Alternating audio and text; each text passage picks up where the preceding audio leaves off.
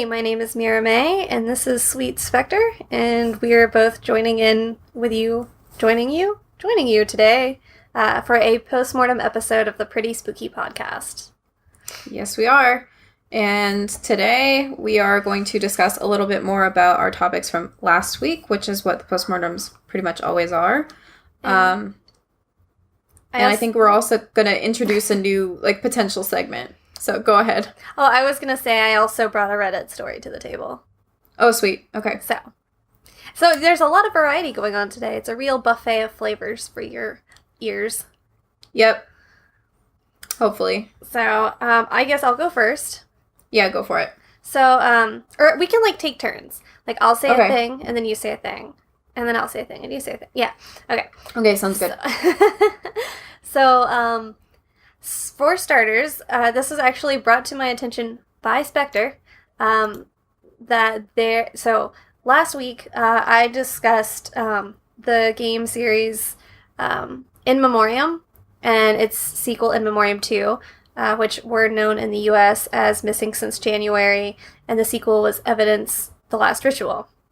So I talked about that game a lot because I really like it.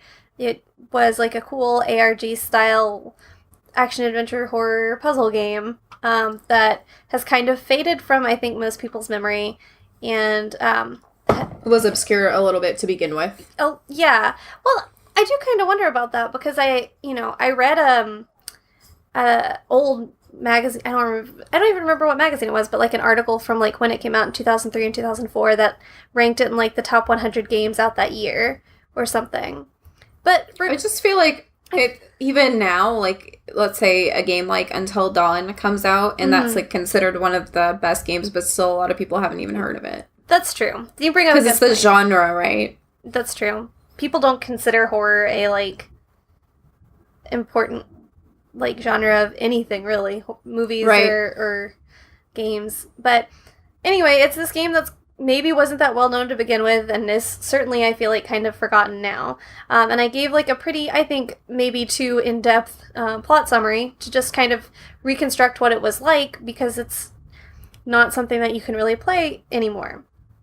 Except it turns out that I'm wrong, because Spectre found a website for the In Memoriam Revival Project, which I just scared the shit out of myself because there's a little button on the website that I just moused over, and it makes a slicing sound, a knife sound, and it just I heard it right in my headphones and almost lost it. But so it is a basically, if you have a copy of the game, and this is only for In Memoriam, not for the sequel, but you install it. They've tested it, I think, for several versions of Windows up through, I think, Windows 7. There is an update pack that you download from them that I'm not sure exactly how it works, but it allows you to play through the game. I think they've backed up something to a server of some kind. Yeah, I think they put all that stuff on their own servers, and then now you can get the emails and stuff again. Yeah, I think they said that there were maybe one or two of the old websites that they just could not get back. But I would say it's probably 95% completion according to their website. Basically, the whole project was started by someone who I don't think ever had played it themselves. They had just heard about the game for a long time and wanted to try playing it. But, he bought it, found the online servers, and researched the mechanics and made it happen. It seems like the last time it was updated, according to their website, was January 14 of 2016. So it does that. At least the website hasn't been updated in that long. But to all intents and purposes, if you want to give the game a go, this seems like a really solid way to do it. I can only encourage that you try that if what we talked about last week was interesting to you. And I'm definitely considering going out and finding my own copy, since all I ever actually played was the sequel, and giving it a go, because I really liked that game. It was hard, but it was cool. Copies are like $2 on eBay. Copies are $2 on eBay. You heard it here first. It's funny because we did the episode on it. We posted it as we normally do, and I posted a link to it on my like personal Facebook page, and one of my friends like a week later, which is fine because that's the point of a podcast, is you can listen to it whenever.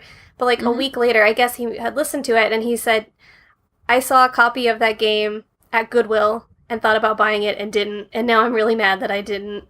Well, check eBay. Yeah. Check Goodwill. You never know. Yeah. You can find some weird stuff at Goodwill. That is true. So that is my little brief update for In Memoriam. I said last time that you can't play it anymore, and it looks like if you are willing to download some stuff and find an old copy, you might be able to do that. So definitely check it out. It is inmemoriam.softbreakers.com, or just Google In Memoriam Revival Project. So there you go. We'll also post a link to it on the Omnis Glitch website, which we always make a post that kind of gives you supplementary material for the podcast. So we'll do that for this. Cite our sources and stuff like that. Yeah.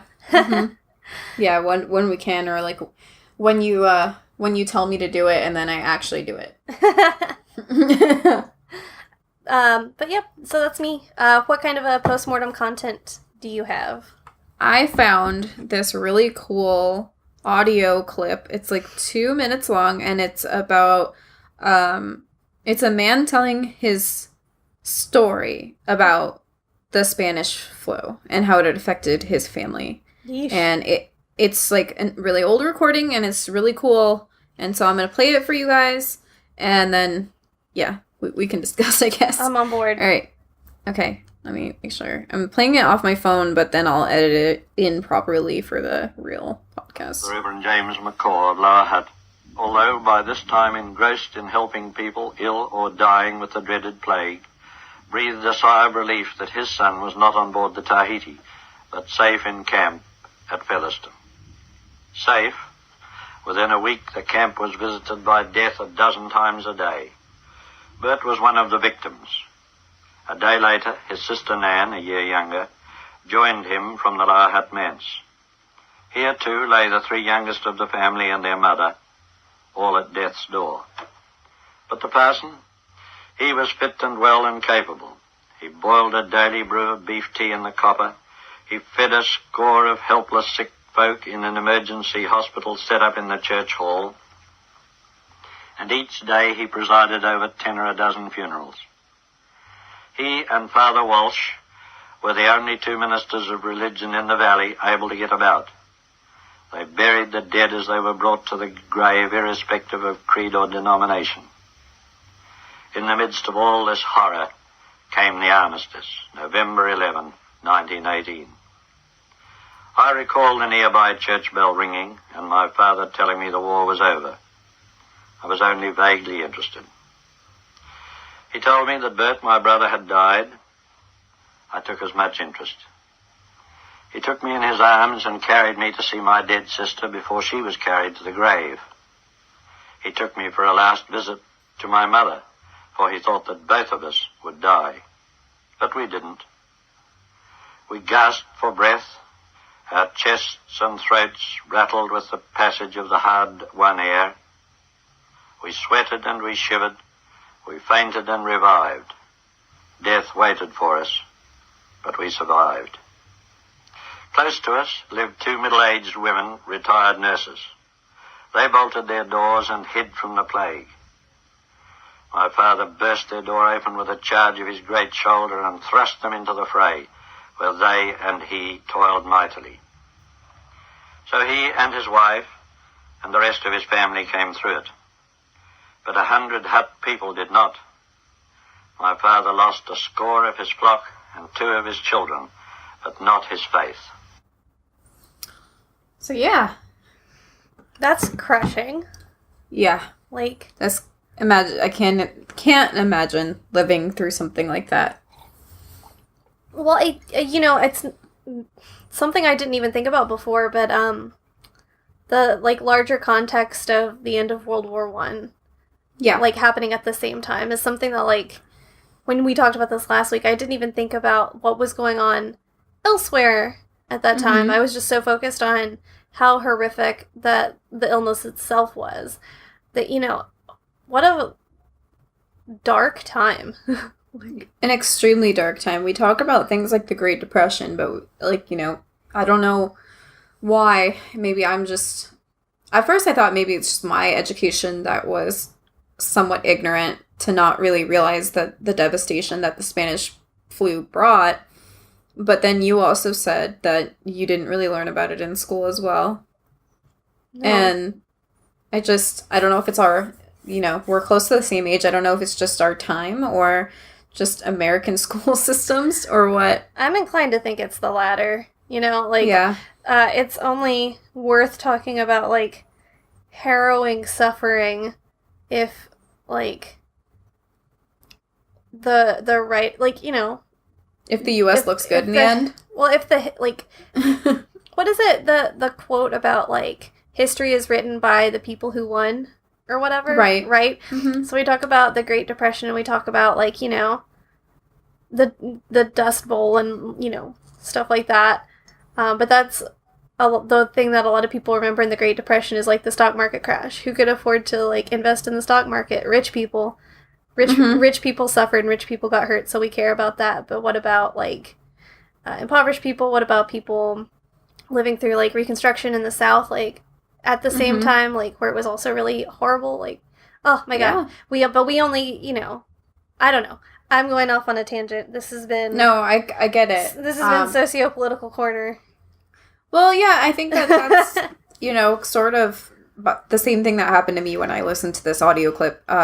And I played it for Nova, and we sort of had, like, a discussion about it, because we have been discussing the Spanish flu ever since I found that article. And it is crazy. It puts things into a perspective that I haven't personally thought about before, because it was so far before my time, and it's before, and, you know, any of my relatives. Yeah, every time you ever go to a bookstore, you hear about World War II. But... And I feel like that's maybe because it's closer to us, but stuff that is this old, I guess, isn't really discussed as much. But I'm glad that I researched it, and I'm glad I learned a little bit more about it. Yeah, for sure. But something else that's coincidentally kind of awesome is there's this game by Don't Nod, which is the same studio, French studio, that made Life is Strange. And they have released a horror game called Vampire. And it takes place during the Spanish flu. Ah! And it's really cool. I've been playing it. It's basically you play a man who was a doctor, and he is turned into a vampire by at the point in the game I'm at, he doesn't know who. And it's him struggling with his desire to still try to help people and be a doctor and help all the flu victims, and also help this, like, crazy vampire rampage that's going on at the same time. And then also his own personal needs for blood and for killing people. And you make a lot of cool choices in it. It's really moody and awesome. And I feel like I've reached out to Don't Nod for a comment that I might, you know, if I hear back, I'll bring it up. But I'm going to try to play more of the game and get more of a idea about it. Do some deep dive research into it. And then I think that might be my topic next week. Awesome. For the main episode. I'm looking forward to it. That sounds really interesting. You have mentioned it a couple of times. Yeah, I think I mentioned it, like, last episode. Yeah, I think you did. I just don't actually know much about it. So, I'll be going into it more or less fresh. So I will avoid it until then. I really like it so far. I know that it's gotten kind of mixed reviews, but I think I'll sort of discuss why I like it and why I think the reviews might be mixed, and talk a little bit more about the themes involved. And I think it's going to be a good discussion point. I'm excited for it. So tell us your Reddit story. Yes. So I brought a Reddit story Let me pull it up here for us. I always love Reddit stories so much. I was kind of looking for something that would fit a little thematically, I guess, with evidence. Or In Memoriam. So I had looked at a couple of different Reddit what's your blank or whatever. So this story is on Reddit. The thread was one of those what's the creepiest true story that happened to you or someone you know. There's a couple different threads like that with similar wording, but this one's from about a year ago. I have huge lists compiled of those threads because I love them. Well, maybe you've read this one before then. Maybe. But so in trying to keep it thematically similar to In Memoriam and some of the way that game could occasionally feel creepy and voyeuristic, I ended up in a thread that had one of those, they kind of divulged into Stalker stuff. This was posted by user Laurifish, I think Laurifish.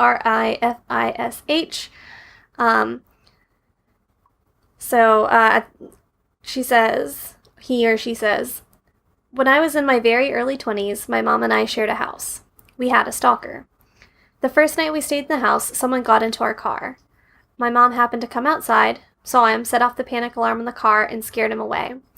My backpack had been in the car, and he dumped the contents into the floorboard of the car, but left the paycheck that I had just cashed, all the cash still in a bank envelope.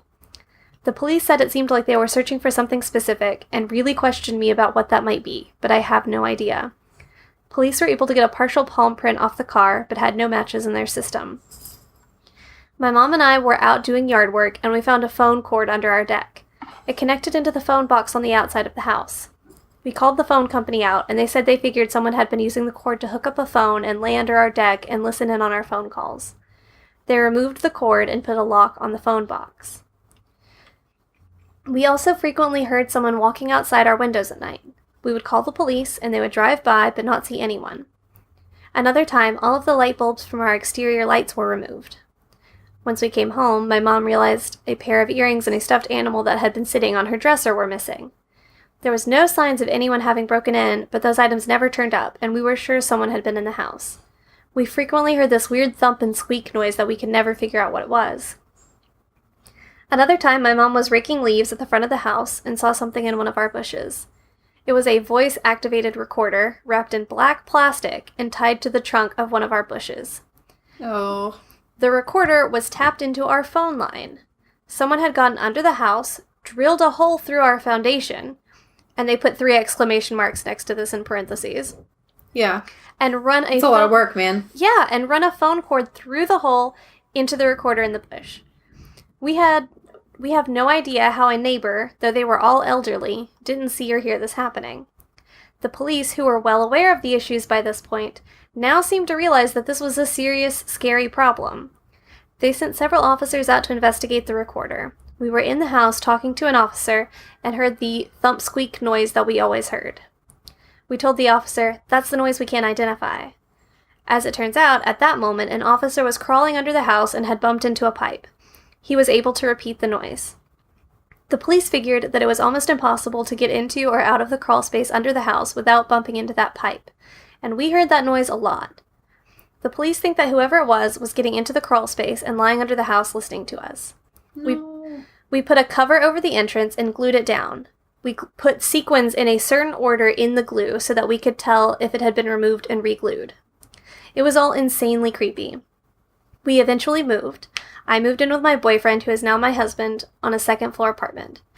I felt so much safer with people all around and figured that the stalking issue was behind me. Oh, no. Not long after we moved in, I noticed that our caller ID wasn't working. I called the phone company, and they informed me that a Mr. Kramer had called and requested that the caller ID service be turned off on our phone. I had a meltdown. I was so upset, first off because the phone company let some random person make changes on our phone line, and secondly because apparently the issues were not behind me, and they were planning something and didn't want the caller ID to show up. I put a password on our account so no changes could be made without it, and that was the last issue we ever had. I really think the caller ID issue was possibly unrelated. Maybe someone was accidentally making changes to the wrong account or something. Either way, it was very creepy, and I have to admit that if the person wanted to do something bad to either of us, there were surely plenty of times that it could have been done. It really seems they just wanted to observe us and scare us. Oh, I hate that. Yeah. I don't know. I don't know. With Reddit stories, like, you always kind of have to know that someone could be making something up. But I feel like that one seems legit to me. Felt really real to me. There's a lot of stuff, but it didn't feel fake. I think the number one thing for me that makes it feel real is that there's never any, like, major culmination into one, like, serious event. Right. Like, I woke up and someone was standing over the bed holding a knife. Like, yeah, it was never like that. It was just, like, this creepy phone-related issue that someone was doing. And, I mean, I've, like, try not to talk about it that much, but I've been the victim of stalking literally more than a dozen times, maybe. And only a couple were very serious, but it is really, really scary to go through that stuff. It's not cute.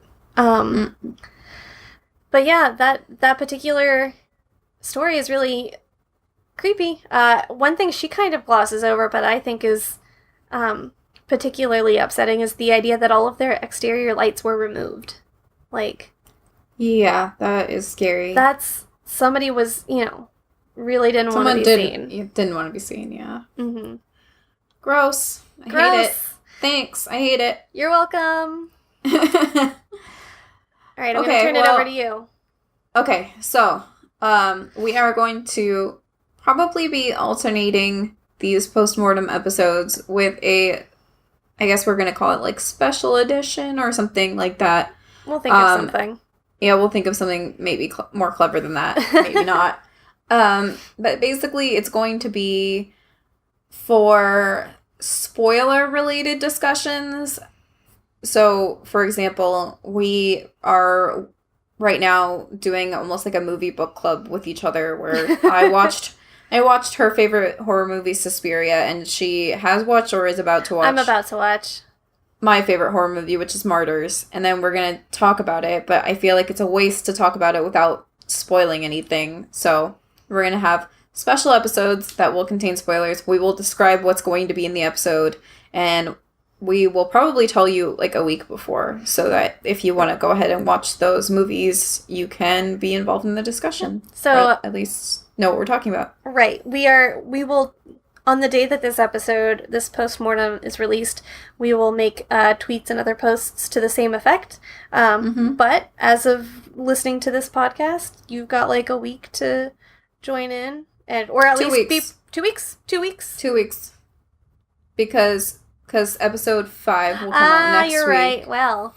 And then special edition Martyrs Suspiria will come out the week after. Got it. You're right. I can't do math. That's okay. But, so you've got 2 weeks. And if you want to join us, you can. If you want to skip that episode, that's fine too. But I kind of get the feeling that you're not going to want to. It's going to be awesome. You should definitely watch those movies and talk about them with us. Yes, definitely. At least mentally talk about them with us. You can, yes. You can you can yell at us on the internet if you want. You should yell at us on the internet. We don't get enough of that. So. No, we don't. I guess that's going to wrap it up for this post-mortem episode. Is there anything else you want to add? Nope, this is just a short one. It's a short one, short and sweet. Thanks for joining us. You will get a full episode next week. Bye! Bye!